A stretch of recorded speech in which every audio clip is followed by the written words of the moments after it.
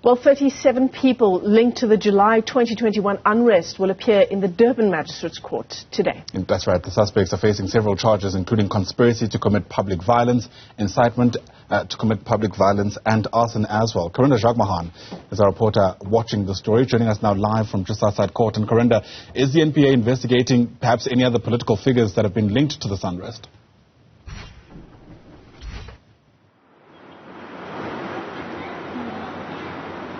Indeed, well, at this point, the NPA says that they are investigating or looking at complaints that were leveled against the daughter of the former president, Jacob Zuma, that's Duduzile Zuma.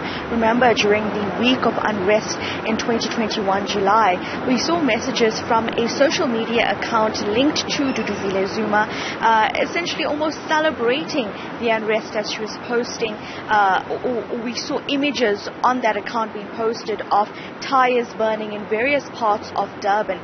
Now, earlier at a briefing last month, the NPA head in KwaZulu-Natal, Advocate Elaine Zungu, said that those social media posts are being investigated at this point, but they are still looking for evidence. There's not enough evidence, they say, to actually take that specific matter to court. In the meanwhile, what we are seeing, though, is groups of people, like the 37 people that will appear in court, coming to the courts facing the charges you just mentioned linked to the July unrest.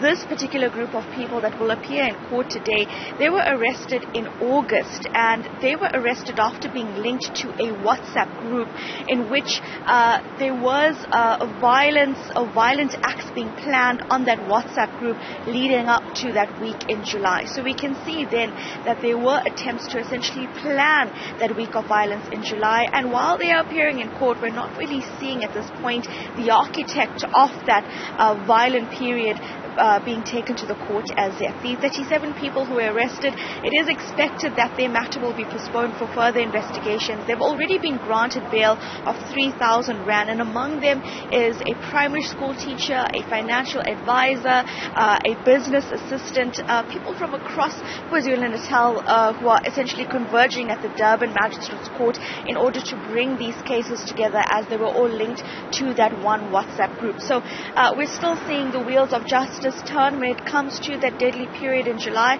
but at this point there are no high-ranking names essentially among those that are facing charges before the courts.